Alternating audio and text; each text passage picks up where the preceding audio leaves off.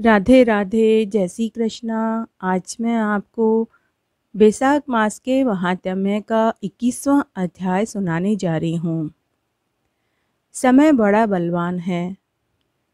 पहले कहा जाता था कि मनुष्य को उनके अच्छे और बुरे कर्मों का फल मरने के बाद मिलता है, लेकिन मरने के बाद किसने देखा? मनुष्य को अपने कर्मों का फल इसी जीवन में मिल जाता है। अच्छे कर्म करते हैं तो उनका जीवन सफलतापूर्वक और सुखी व्यतीत होता है, लेकिन अगर बुरे कर्म किए हैं तो मनुष्य को मरने से पहले उनके बुरे कर्मों का फल यहीं भोगने को मिल जाता है। लेकिन कर्म किसने कैसे किए हैं यह कोई नहीं कह सकता। यह उसी मनुष्य को याद रहता है कि मैंने कैसे कर्म किए हैं।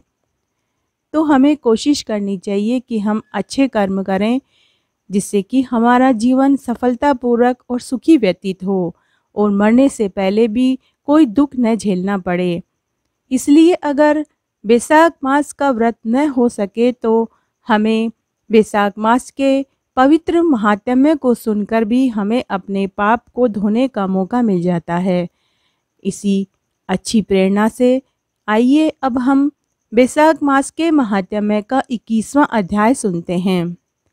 20वें अध्याय में सिंह और हाथी के बीच संग्राम हुआ और जब वे थक कर गिर गए तो मुनि के द्वारा बैसाख मास का महात्म्य सुनने से उनके सभी पाप नष्ट हो गए और वे पापों से मुक्त होकर पशु योनि को त्याग कर दिव्य शरीर धारण करके विमान में बैठकर जब वे जाने लगे तब मुनि ने उनसे पूछा कि तुम कौन हो?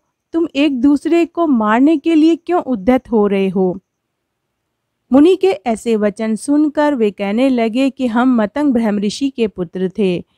हमारा नाम दलित और कोहल था। ये नाम हमें हमारे शाप दोष के कारण प्राप्त हुए थे।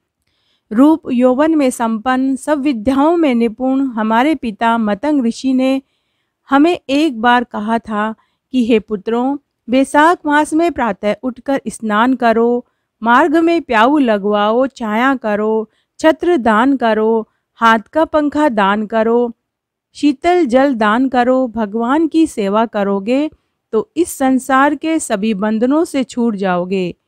इस प्रकार उन्होंने अनेक प्रकार के वाक्यों से हमें समझाया, परंतु हमारी दुर्बुद्धि में यह सभी सत्य वचन नहीं आ पाए। पिता के वचनों को सुनकर मुझ दलित को अति क्रोध आया और कोहल मंदो उन्मत्त हो गया। तब धर्म की लालसा करने वाले हमारे पिता हमारे ऊपर क्रोधित हो गए और उन्होंने हमें श्राप दिया कि हे दलित, क्रोध के कारण तुझे सिंह और मदो उन्मत्त होने के कारण कोहल को हाथी की योनि मिलेगी। धर्म से विमुख पुत्र, कटु वचन वाली स्त्री और पापी को शीघ्र त्याग देना चाहिए, क्योंकि जो कोई लोभवश होकर इनको नहीं त्यागता वह 14 मनवंतर तक नरक का भोगी होता है। तब हम अत्यंत दुखी होकर शाप की निवृत्ति के लिए अपने पिता से बारंबार प्रार्थना करने लगे। तब हमारे पिता ने हमसे कहा कि तुम दोनों जब पशु योनि में एक दूसरे को मारने के लिए उद्यत होगे तो उस समय व्याध और शंख का वैशाख धर्म विषयक संवाद जब तुम्हारे कानों में पड़ेगा तब उसी समय तुम्हारी मुक्ति हो जाएगी।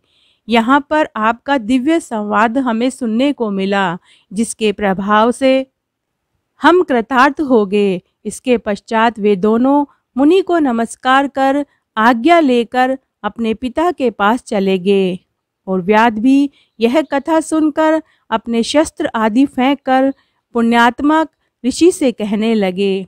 इस प्रकार आज मैंने आपको बैसाख मास के महात्म्य का 21वां अध्याय सुनाया।